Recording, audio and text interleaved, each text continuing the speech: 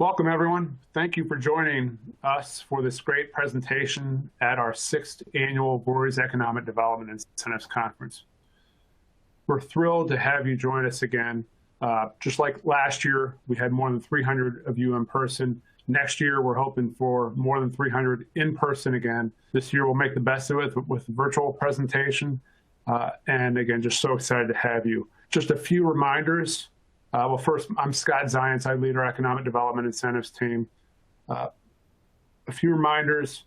We do provide free continuing education. You can see on this screen how to get that. What we ask you to do is fill out a survey and tell us how we're doing and give us ideas for next year so we can make this even better. Also, keep your eye out for part 2 of our transformational mixed-use development tax credit seminar, which we'll be releasing pretty soon once we see some draft rules. And without anything further, I'm going to turn it over to my partner, Jill Tangeman, to lead off this presentation. It's yours, Jill. Great. Thank you, Scott. Thanks, everyone, for joining today. We're excited to have you, and especially excited to have 3 state officials who are going to tell us about their experiences in economic development and how that has changed as a result of COVID-19. So I'm going to introduce our panelists here to get started. And first up, we have Luke Basso from Indiana Economic Development Corporation. He is the Chief of Staff there. And he serves as the Senior Vice President and Chief of Staff. And he has also served as Senior Operations Director for the Office of Governor Holcomb prior to joining the IEDC. And prior to that, he was Deputy Chief of Staff for the Department of Child Services. He's also served as the Regulatory and Permitting Ombudsman for Develop Indy. So we're thankful to have Luke join us today. Next up is Missy Hughes, who is the Secretary and CEO of Wisconsin Economic Development Corporation. Previously, Missy was General Counsel and Chief Mission Officer at Organic Valley. And before that, she was an Associate Attorney at the firm of Holland & Hart, practicing in the areas of natural resources, construction litigation, and corporate business transactions.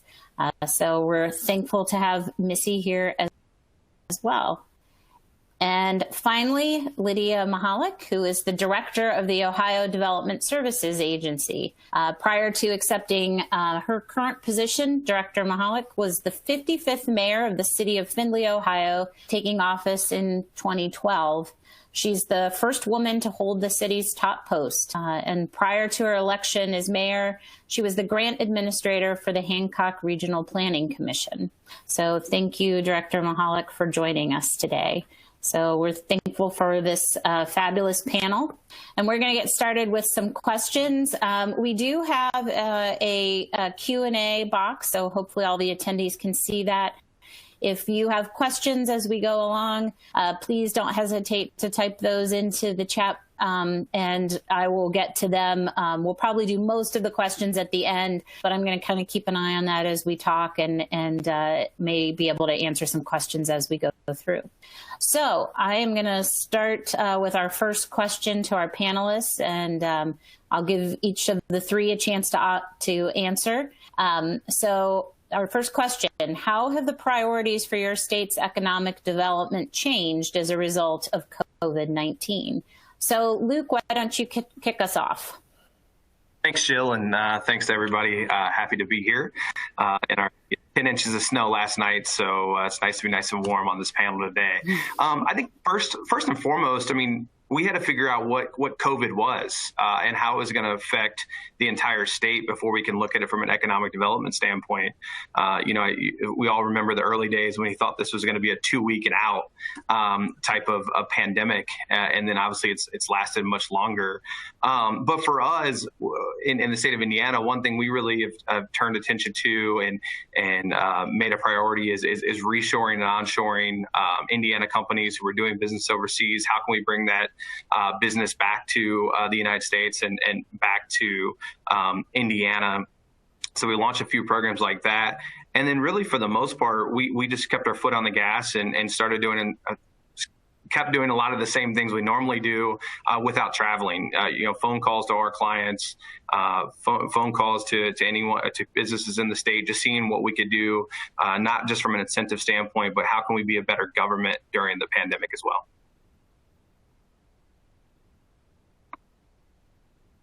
So, Missy, if you'd want to jump in next.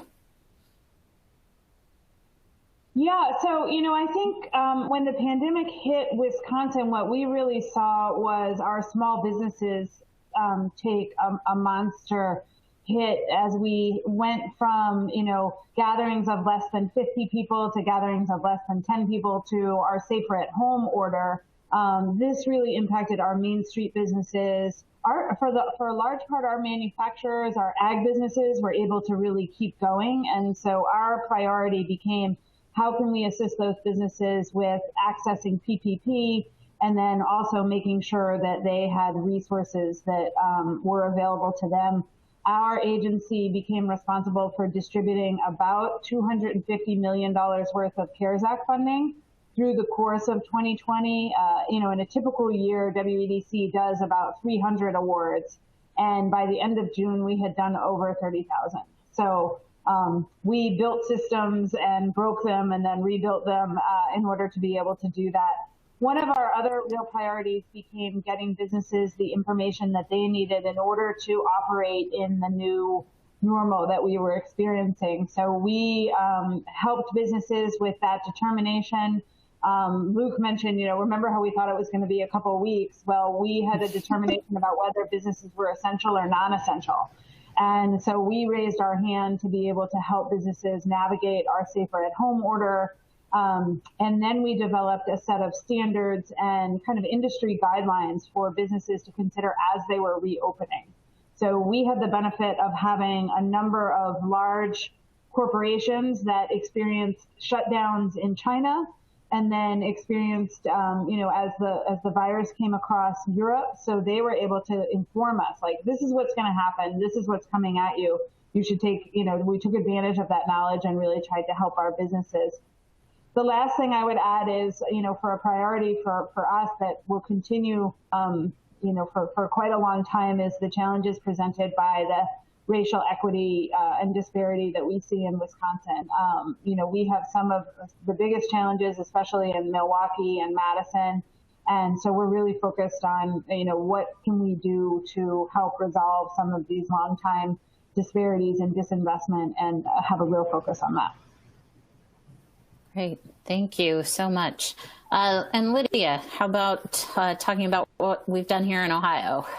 Yeah, well, thank you very much, and appreciate the opportunity to be able to be with you all today. And I echo, it is nice after 10 inches of snow to be inside where it's nice and warm.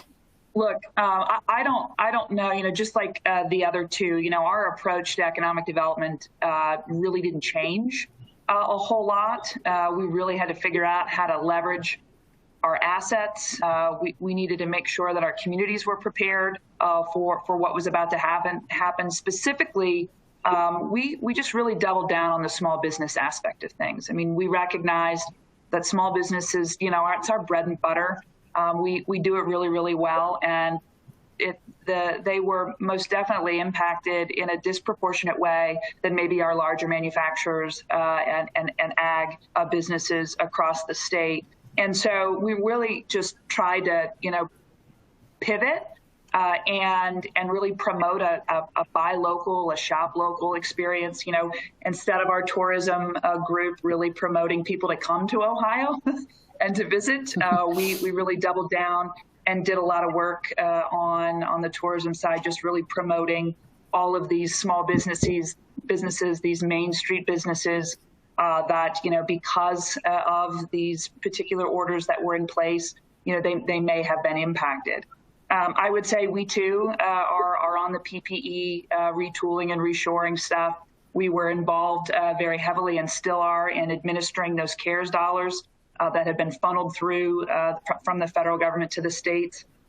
And I would most definitely agree in that, we've built systems on the fly, sometimes within weeks. We've tried to break them. We've been successful at breaking them, and then really, just kind of rebuilt them. And, the team has done a phenomenal job, and they've done it under some intense pressure and circumstances. I will say that the advice and the counsel from our business owners across the state, particularly those larger ones, that, as you said, were seeing things happen not only in Asia, but as it moved into Europe and so on and so forth, that was very valuable. We were very much a part of the discussions about what the reopening guidelines actually look like for a lot of these industries. But quite frankly, we just really doubled down on the small business side of things because we knew that utilizing our small business development centers, our minority business assistance centers across the state, that they would be able to get out into the field and really be helpful to help these small businesses kind of figure out how to navigate the new world. A lot of them became very quickly digital so that they could still, get customers and get revenue in. So our priorities really didn't shift, but I would say, the focus that we had on the, what we could do, particularly for small businesses, as they are the backbone of the economy, was front and center. Great.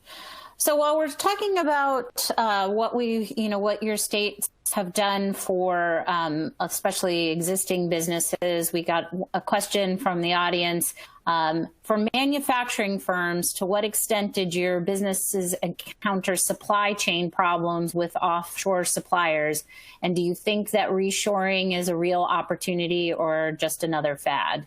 So, Director Mahalik, I'll let you start that. Yeah, well, thanks for that. Obviously the automotive sector is very strong, particularly in the Midwest. I don't think that's necessarily unique to Ohio. When entire plants were shut down early on, that had a huge impact on, not only the supply chain, obviously within Ohio, but clearly globally. I would say, that, we were really mindful of that.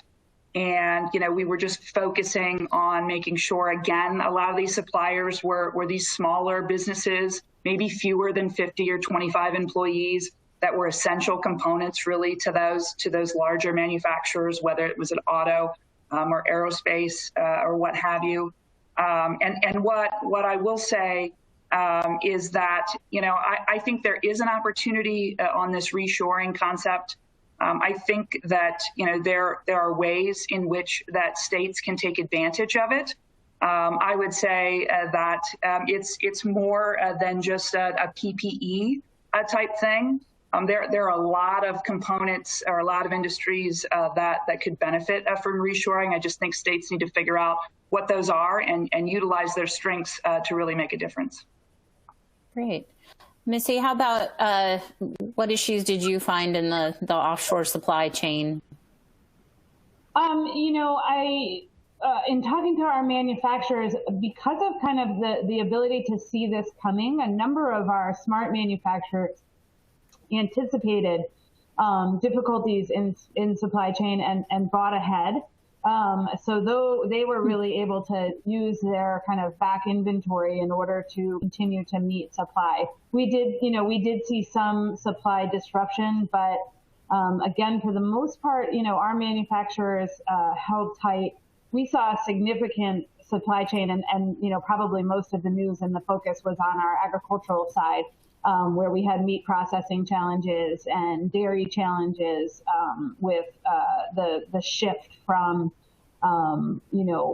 restaurant and institutional purchasing to retail purchasing, and so that's probably where most of our focus was. And when it comes to opportunities for reshoring, I think I was much more optimistic about that early on in the pandemic, thinking that there would be opportunities for Wisconsin. Ultimately, I think that what we're really going to see is maybe some risk mitigation by bringing some more manufacturing onshore. But, I think that there really is a shift maybe away from China, it's going to be to Mexico or to other countries rather than necessarily coming to the Midwest in significant amounts. Now, maybe I'm wrong about that, but that seems to be kind of the indication we're also getting from our manufacturers. Interesting. Luke, you have some other thoughts about the supply chain? Fair. Yeah, I think it's good to point out the issues aren't gone, right? I mean, we're seeing it today with semiconductors and different things like that, especially here in Indiana. From our supply chain standpoint, and Missy hit on a couple of things we struggled with too, agriculture, dairy, those type of things. But initially in the supply chain where we were seeing issues was on PPE like everybody else. So we helped 17 manufacturers in Indiana become PPE providers, including one that just got their certification to be an N95 respirator manufacturer. And we helped them by a few months in advance, or even 6 or 7 months in advance, so we would never run into that supply chain issue. I think on the supply chains as a whole, and Lydia mentioned, other than PPE, and I think we're right. Missy, I was probably similar to you, probably 6 months ago. I was like, hey, we're all in on reshoring. But I would hope if we learned a few things, especially at the federal level, and I know sometimes it's risky to depend on the feds to do something, but I hope we would get into a situation where we could all agree on that 90% of any life-saving matter, right? Whether it's pharmaceuticals, whether it's PPE, should not be made in another country. Hopefully we'll never go through a pandemic ever again. But the fact that 90% of our PPE was coming from China, 91% of our generic pharmaceuticals were coming from China. I hope we have learned that, mixing that up and bringing at least a minimum part of that back to the United States would be a really good lesson learned for everyone. Excellent. Yeah, I think that's true. So all three of you talked a little bit about how you've been handling existing businesses. Obviously, the challenge in times of COVID are now balancing existing businesses versus the need to continue to recruit new businesses. So maybe each of you can talk a little bit about what you're doing through COVID to recruit new businesses, and maybe how that's changed in this pandemic time. So, Missy, you want to kick us off this time? Sure. I think we have continued to see an influx of RFPs and interest in relocating. So we have had, continued discussions, but I think the quality of those discussions has really changed. We've had a number of virtual tours of different sites and virtual opportunities. And I think the hard thing with that is you don't get as much of a sense of what exactly the business is looking for in terms of, the nuanced conversations about the needs of their workforce, what kind of education we can provide and things like that. We continue to be very active in having conversations both with our existing incumbent businesses about expansion, and that's probably where the majority of our work has been in the last few months, but we really also see opportunities to attract businesses here. We've had quite a few continuing, probably smaller relocations and things like that. But, I think overall we are working very hard to walk and chew gum at the same time in terms of making sure that we're taking care of kind of our traditional economic development work. But, like I said, we have been all in on pandemic response. And so, I'll be interested to hear what the other folks have to say. But it's definitely a challenge to keep it both going. But I think we're doing pretty well. Great. Luke, tell us about what Indiana is doing with new business recruitment. Yeah. 2020 was a weird year for everyone, right? And we did a lot of pandemic response. And if I would have bet you $1,000 in March of last year, if you would have told us we did an economic development deal every week during the pandemic, broke the jobs record, had our second highest wages, I would have lost $1,000. But we were able to really, we doubled down on our existing businesses, like it sounds like Lydia and Missy did as well. But we went through our pipeline and had phone calls with every company, every rep, every week, it felt like during the pandemic, just to let them know we were here. And that helped lead us to success, over 31,000 job commitments. And it was actually in the four-year administration, the Holcomb, 4-year term of the Holcomb administration, we had about 65 Indiana expansions, and 35% were new to the state of Indiana, which were usually about a 75-25. So it was a really good year for new businesses, and I think we were still able to fill our existing businesses' needs during the time as well. Great. And Lydia, what do you see coming in terms of new businesses? Yeah, I got to tell you that both not only development, but also Jobs Ohio, our private partner, we've been really, really busy and busy, obviously attracting new business to the state, but also just trying to take care of those that already call Ohio home. We had a ton of expansions, in 2020, and we're really roaring in 2021, which is really exciting. I think when you take a look at kind of what the governor and lieutenant governor have put forward just within our economic recovery plan, there's a ton of budget initiatives that are focused on both existing businesses, but also bringing new businesses to the state. We're strengthening those Ohio communities, trying to make sure that they're there and right for new investment. We're really doubling down too on job training. Clearly, talent is still top of mind to a lot of site selectors out there, and a lot of these businesses that are looking for new places to call home. Talent is top of mind. And so, we've really put a lot of effort and focus into the talent side. But, we've spent a lot of time, at least in 2020, focusing on the retention and expansion of existing businesses in Ohio. But the pipeline is very full of new companies that want to call Ohio home as well. Great. Thank you. So obviously all of your states have various economic development programs that were in full swing as the pandemic hit. And I'm sure that there were changes that had to be made to some of your existing programs, whether it be incentives or other types of programs. So maybe each of you can talk a little bit about, what changes did you have to make to some of your programs, and how did you handle communication and process of those changes? So Luke, maybe you can kick us off.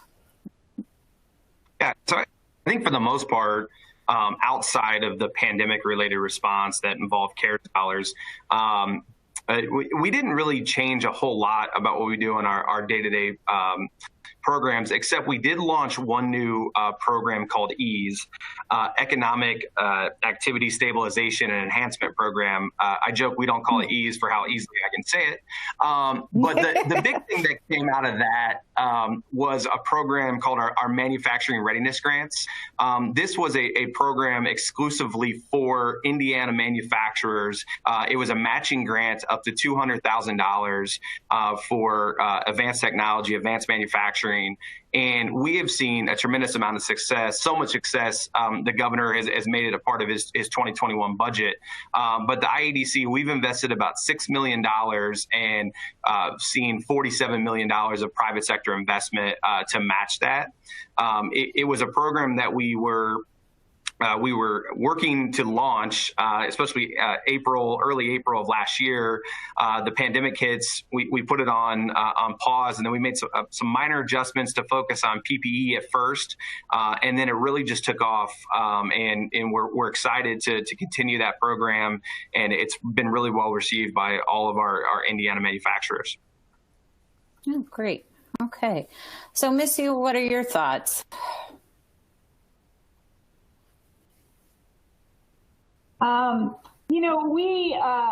We like Luke didn't really make that many changes to our existing programs. We did do, in the early part of the pandemic, we did a pretty significant amount of loan deferrals and tax credit amendments for our contracts to be able to help businesses with any flexibility they needed in, delaying payments or In some cases, we've seen difficulty with maintaining, not so much maintaining, but meeting job creation numbers. And so we've really wanted to have flexibility there. We are on a fiscal year that starts in July. So in July, we really looked at our budget and looked at how we could shift funding around to make sure that projects that were underway could still be accomplished. So we changed things like match requirements in our budgeting process to make sure that if a community or a business had a project ready to go, we weren't holding them back by having match requirements. The last thing I'd add is, as part of that increased funding and increased attention, we increased our funding to our diverse chambers of commerce that we fund on an annual basis, and also to businesses, underserved businesses, or Black and brown businesses. We've increased funding in order to help them. We created a position within our agency that's focused on entrepreneurship and innovation in diverse communities and for diverse businesses. So again, really putting a focus on that. As we see the governor's budget come forward, he has proposed a venture fund for entrepreneurs and innovation. So, we're anticipating, hopefully, if that goes through the budgeting process, that we would have $100 million to invest in entrepreneurs in Wisconsin. And so, that's probably our biggest change and biggest focus. We'll be trying to assist them with accessing venture capital and bringing more venture capital into the state. Great, thank you. And Lydia, what changes have occurred here in Ohio to some of the existing programs? So like Missy mentioned, we did 6-month loan deferrals for all of our clients. We did that starting, I think, in April of 2020. We did push back some compliance dates for existing agreements that we had in place. Maybe they had job creation commitments or retention commitments by the end of last year, so we pushed that back about a year. The other key component to all of this was really working to expand, how qualifying, the work from home employees, how does that work within our existing agreements, for purposes of our job creation tax credit program.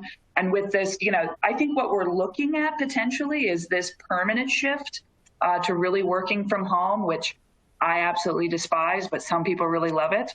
And so, I think, those are the things that we're really looking at in terms of existing programs. And then I would say, as we're coming out in 2021, is this, year of recovery. The governor's $1 billion economic recovery plan that he announced a couple of weeks ago is going to be substantive in terms of what we're able to do with expanding access to broadband for a lot of these Ohioans who do not have, who haven't had a chance to take advantage of, working from home and being connected to the world, looking at doing infrastructure projects within communities, supporting small businesses, particularly that have been impacted, bars and restaurants, and working to help with our tourism industry, which quite frankly is really big business for Ohio. It's a $48 billion industry. It was 400,000 jobs for us, and we're really looking for them to come back strong. Great, thank you. So I know in our discussions today, many of you have mentioned the CARES Act and PPP funding. So maybe you can talk in a little more detail about the role that these federal initiatives like the CARES Act have played in your development activities. So Lydia, since you're already up, how about you start? Yeah, sure. Well, the CARES Act obviously was very helpful. I would say not only in standing up some of these newer economic development programs, PPE retooling and reshoring grants that we did for manufacturers across the state, small business grants that we did towards the end of last year, 12,500 of them within just a few weeks. But I would also say that those dollars that came to states really helped provide some stable footing, and it was great for us. In Ohio, we were strong. We were doing very strong economically. We had managed our budgets quite well, which again creates this environment that's super conducive for investment and people want to be a part of. So the CARES Act was very helpful. It helped pay for testing, contact tracing. It helped with schools. All of the things, just outside of just regular, nuts and bolts of economic development, but really the entire environment. And the CARES Act played a huge role in us to really kind of stabilize our footing as a state. Great. Missy, how about for you? What did the federal initiatives do for Wisconsin? I would echo a lot of what Lydia said, especially the positive reaction to the CARES Act and how critical it was. For us, when it became, specifically about economic development, we had 3 phases of CARES Act dollars deployment. The first was to about 26,000 businesses. We did grants of $2,500 each, just really with the hope of getting those dollars out and helping the businesses to reopen, whether they needed to buy PPE or, inventory or things like that. The second phase was a $5,000 grant to about the same number of businesses. And, at that point, we felt like $5,000 was really, more in line of what was going to help these businesses to succeed and survive. The last piece, I don't think unique to Wisconsin, was a real pain that our restaurants were experiencing. And so we did a $20,000 grant to restaurants. And the restaurants were $1 million to $7 million in annual revenue. The previous 2 grants were for businesses that were under $1 million in revenue, because we really saw that those were the businesses that were lacking the safety net, maybe not able to access PPP, maybe unbanked or underbanked. And so, our focus was really on those tiny businesses. And the real reason for that focus was because those small businesses, especially in our Main Street communities, in our urban neighborhoods, are critical to the quality of life. So, if you're talking about economic development, if you're talking about attracting businesses and attracting workforce or keeping workforce here, the quality of life is really the reason that people move to Wisconsin. And so we wanted to make sure that at the end of the day, there was still, a cool little cafe that you could go to on a Friday night, or, go to brunch on Sunday. Wisconsinites love to get together. And so that was, I think, really, while you don't think of it in terms of, the big business and attracting the big business, it's really critically important, I think, in order to do that attraction and to, attract students for your universities and all of that. Sure. And Luke, how about in Indiana? What are the federal initiatives doing? Yeah, they were, they've been great, just like Missy and Lydia have said. Just to give you an idea, the state of Indiana small businesses received about $9.2 billion of PPP. The state as a whole received $2.4 billion. So obviously the federal programs were able to really help those small businesses for that short time.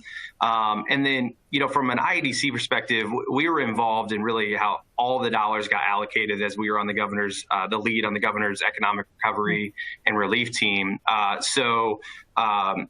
We were able to use CARES dollars to send out PPE to 31,000 businesses within the state. We were able to use CARES dollars. We led the effort to send out hand sanitizer, face mask, shields, all that fun stuff to every school and school corporation within the state of Indiana.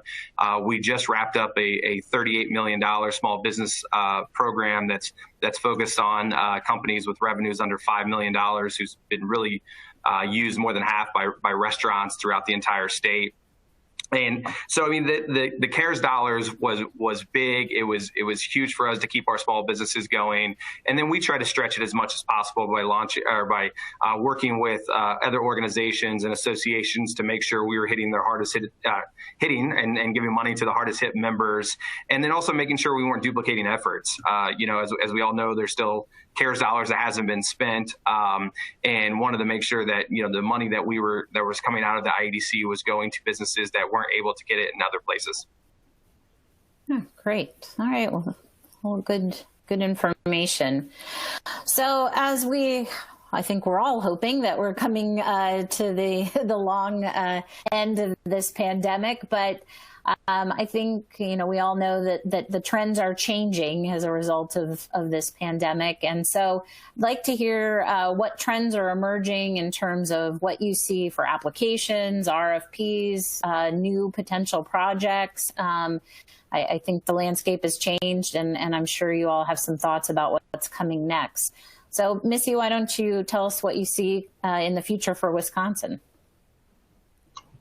I think that the trend that we're seeing is continued manufacturing being interested in moving to Wisconsin. And, I think Ohio and Indiana, we all are experiencing the strength of manufacturing. And so those, I think, opportunities continue to present themselves. And I think more and more manufacturers that are relocating are seeing the benefit of having a population that has, grown up in manufacturing families and, a workforce that is ready to walk onto a factory floor and either do advanced manufacturing or understand supply chain and productivity efficiencies and things like that. So, I think we continue to see that. I think that businesses that are based on office space and things like that are still, they're still in flux and trying to determine what's the right move for us. And so we're seeing a little bit of I don't know that we're seeing a slowdown, but I would anticipate, Luke and I are apparently, eager to read the tea leaves of the future.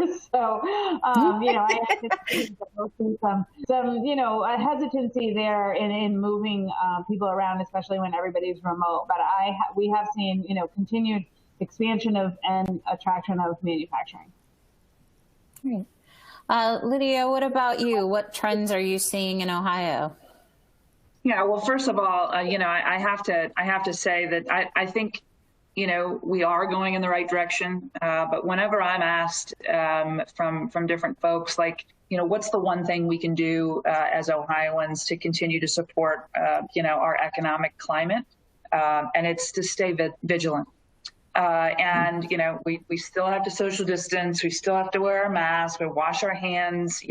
These are all things that are going to help continue to promote consumer confidence, which injects, dollars into the system, which will be great for all of us in Ohio and Indiana, Wisconsin, all over the place. So while I'm really optimistic and I share, I would have to share the governor's optimistic tone, we still want to be, this thing still exists and we can't let up. So I would get in a lot of trouble if I didn't mention that. So I had to say that first. I would say that, I think the trends, Missy's right, particularly in manufacturing, particularly in auto. I would say, as we're looking at new technology, particularly OEMs looking to go all electric when you've got claims by GM to get all electric by 2035. I think that's significant. They're pouring a lot of dollars, particularly into the battery production of things, and we want to be a part of that. Obviously, everyone's going to be competing in that landscape, but that's the trend right now. It's kind of like a race to see who can take advantage of that. And certainly Ohio feels strongly about our value proposition. And we're going to continue to work with our partners at Jobs Ohio to get that done. And we're also receiving just a lot of direct requests for assistance from development, which is great. The state's in a place where we can do that. And we're, again, optimistic about what the future holds and looking forward to being able to take advantage of it. Great. Thank you. So, Luke, what about in Indiana? What trends are emerging there? Yeah, so not specific to Indiana to start, but I think one thing that I think we're seeing and states have started working together. I think we all benefit from a strong Midwest, right? And I think the pandemic has, it's definitely gotten our governors talking, which is a great thing. And hopefully that will continue, when one day we're all through this, wash your hands, wear your mask, as Lydia says. And as is our governor, and I should be saying that as well. And so I hope that's something that comes. But, outside of the manufacturing thing, which Indiana is seeing an increase as Ohio and Wisconsin are, our tech sector, and we've really seen an increase in that. But what we're trying to figure out with that is, it's easier for them to work from home. So what does that work from home look like in the future? How do we craft the incentives around that? And then one of the biggest changes we're seeing in Indiana, and this is, wouldn't necessarily fall in the IEDC normally, but, what is the bubble when it comes to sports and hospitality? We're hosting the NCAA tournament here in downtown Indy, Big Ten tournament, the Horizon League, 150 games in 99 days, which has a huge economic development component for our hospitality retail. So we're also trying to figure out what is our role in those type of events moving forward with the state. Great, thanks. So my job is partially to keep us on track on time, so I'm going to skip ahead a little bit in our slides here and keep us moving so that we are able to, and I do have some questions from the audience, so we'll leave a little time at the end to go over those. So we talked a little bit about what you're doing to continue to attract new businesses. And I wanted to talk about, maybe some things that aren't necessarily, monetary incentives. So are your states looking at revising state or local tax codes, zoning, subdivision, or other development codes to make them more business friendly? I know some communities are looking at revamping development approval processes to fast track new construction. So tell us about what your state's doing, in a non-monetary way to get new business. So Luke, why don't you kick us off? All right. Well, with the, I'm going to safely say that because I can't see who's all on the call. Our General Assembly is in session right now, and they have a lot of bills that would cover some of these local taxing, zoning, subdivisions, and things of that nature. And we're working with them on a daily basis to make sure that it has a positive effect on the community. On a side note, when I was the regulatory and permitting ombudsman, it was my job to work with businesses in Indianapolis, to get through the zoning and permitting process. So this is something near and dear to my heart. Governments should be getting out of the way of businesses opening. We shouldn't be causing problems for them. So we continually at the IEDC look for ways to make businesses' life easier. And one thing that came out of the pandemic is Indiana's alcohol code. There's a lot to it, and there were a lot of rules suspended so businesses could carry out alcohol and different things of that nature. And we're hoping through the session that some of that continues to happen because it was a really benefit for these local restaurants. Great. Lydia, what about in Ohio? What have we done besides monetary incentives? Yeah, well, one of the things that we're doing, and, the administration has been super key on this, is to really look at our state regulations to see how they may impact businesses. We have an entire team that's dedicated to working with different state agencies to really take a look at what those regulations look like, to work with the state agencies and other interested parties to try and find a more convenient and business-friendly solution. I can also say that Governor DeWine launched Innovate Ohio, at the onset of his term here in 2019, which is also looking at various ways to try and streamline government using the latest technology. And we've got a lot of wins to show in that space. So the more we can do to make things business friendly, the better and more competitive we're going to be as a whole, particularly in economic development. Yeah. And Missy, what about in Wisconsin? In Wisconsin, we've spent a fair amount of time in the last few years doing what we can to make ourselves as business friendly as possible. We've removed a lot of regulation and streamlined a lot of those processes. So what we're really looking at as we're coming out of the pandemic is focusing, I mentioned it before, on this quality of life We've got tools for incentives. We've got a really flexible enterprise zone tool. We've got business tax credits. We need to focus on the quality of life and the ability of our citizens and anybody who chooses to move here to participate in that economy. So when we talk about, what do we need to be thinking about, we're thinking about things like childcare and assuring that there's access to affordable and quality childcare for all of our employees. We're talking about investing in our public education and making sure that, the university system that we have remains in the top tier of the nation. We have a tech college system that is awesome at upskilling workers, and we want to make sure we're continuing to utilize that and leverage it and invest in it. So we're looking at the foundation pieces of what we need to have to make sure that businesses can thrive here, that they've got the workforce to do it, and that we bring people off of the sidelines and make sure they're participating in our economy. Great. Okay. So maybe you can talk briefly about how the pandemic has changed your everyday activities. Obviously, most of us aren't working from home are working from home these days. So what's your daily routine look like now that you're not in the office every day? So Missy, why don't you start? Well, it's not quite a site tour, but I'll tell you something that we've done that we're really excited about, which is we've taken our trade missions and gone virtual with them. So this morning I was on the phone with the Consul General from Mexico and 10 of our businesses as we launched our Mexico trade venture. And we've done that already with Germany, where I think we're doing Luxembourg in the coming week. We did Canada. So, this is a really important part of our work.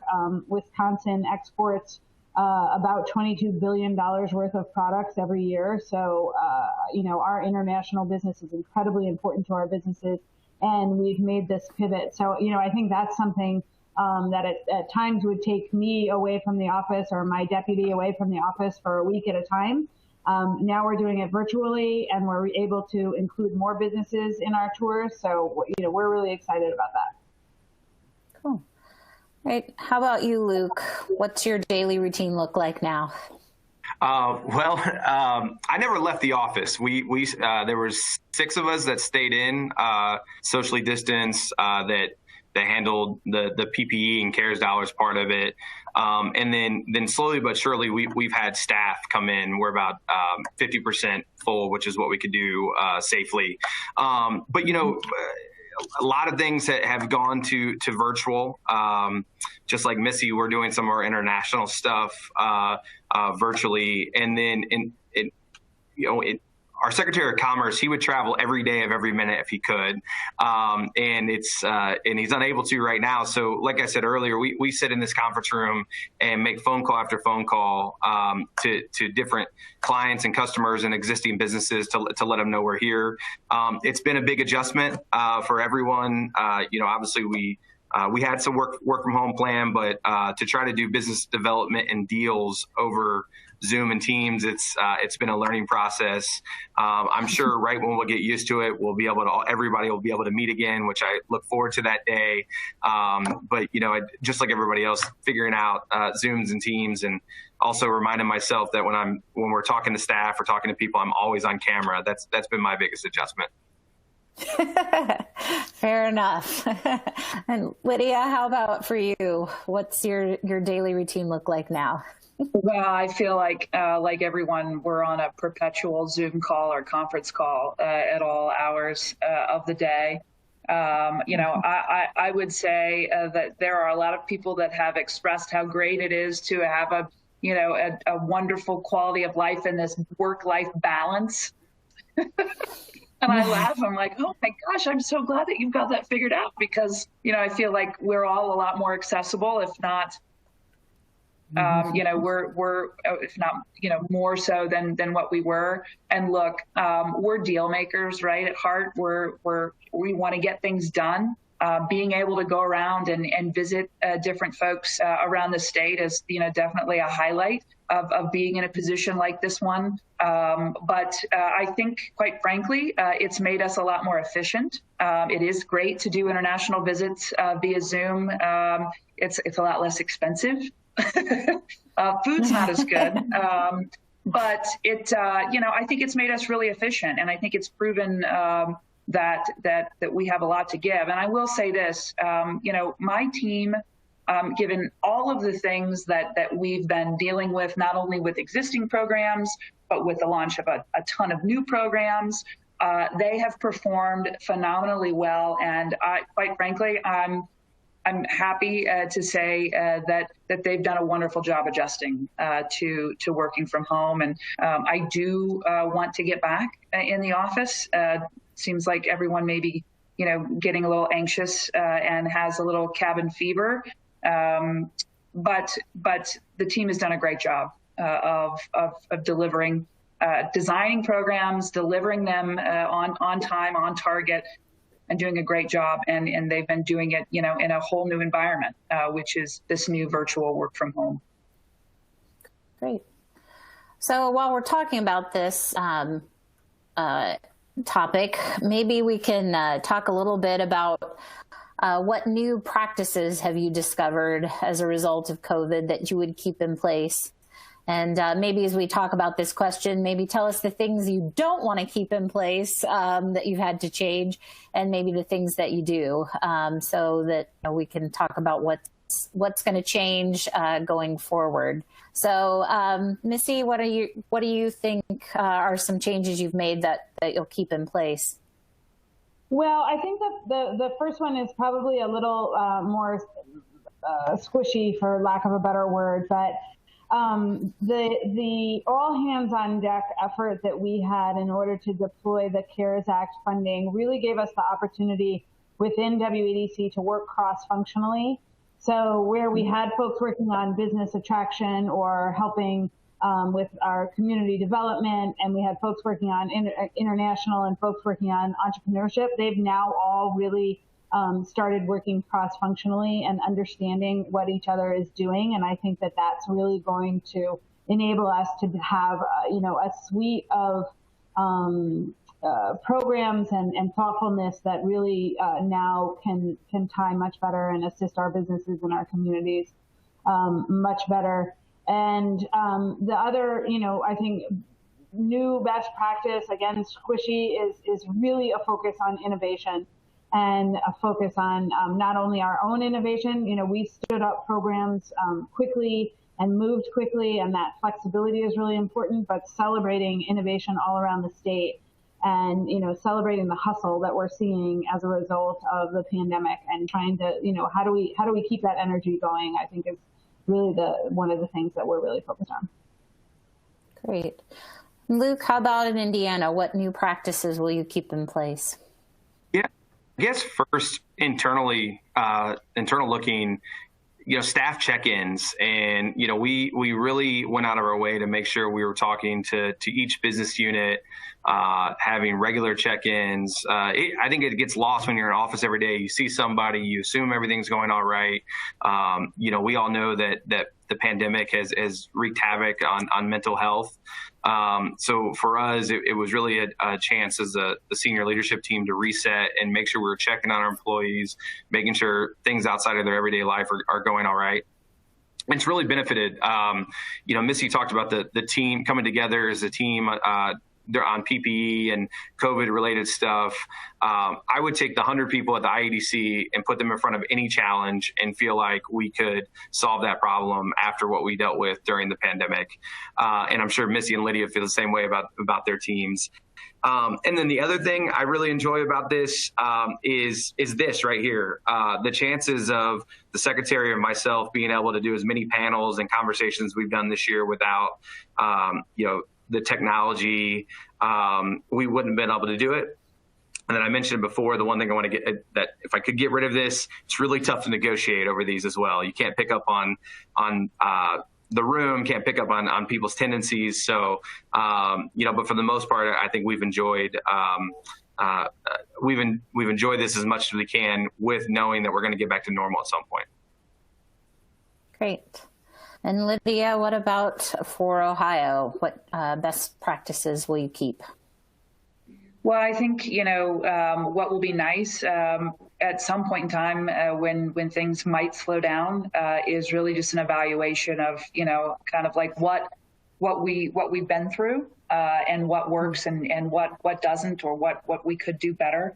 I will say that it has been really nice to have these close relationships with our associations and other groups. I'm thinking like the Ohio Restaurant Association, our chamber. It's just been really nice to be able to actually work with them, kind of almost like as we're building the plane, as we're flying it, with some of these programs, and their input has been phenomenal, and it's been great, and it really helps us kind of micro target some of these resources to the folks that really need it. I agree. I'd take my team anywhere to do anything. It has been an absolutely incredible year. But I do, Luke, I'm with you. I miss the opportunity to really connect with folks, to feed off of people's energy, to actually present in person and know whether or not, you're actually connecting with someone as opposed to just staring into a camera all day. But I think it's really improved our ability to communicate with our stakeholders and with those in the field who really have a lot to contribute in terms of what we're able to deliver in terms of our vision and our mission at development. Great. Thank you so much.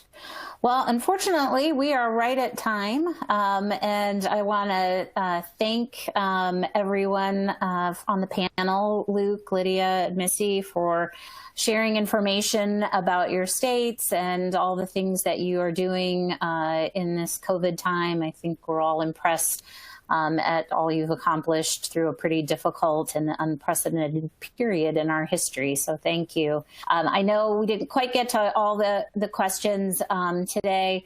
If you have questions from the audience, you're welcome to put them in the Q&A, and I will push them to the panelists, and hopefully they'll have some time to respond, maybe by email or something like that. We'll get responses back to you. But again, thank you, Luke, Lydia, Missy. Can't thank you enough for spending your afternoon with us today. So thanks, everyone, and we'll see you hopefully in person next year for VEDIC. All right, take care, everyone. Thank you.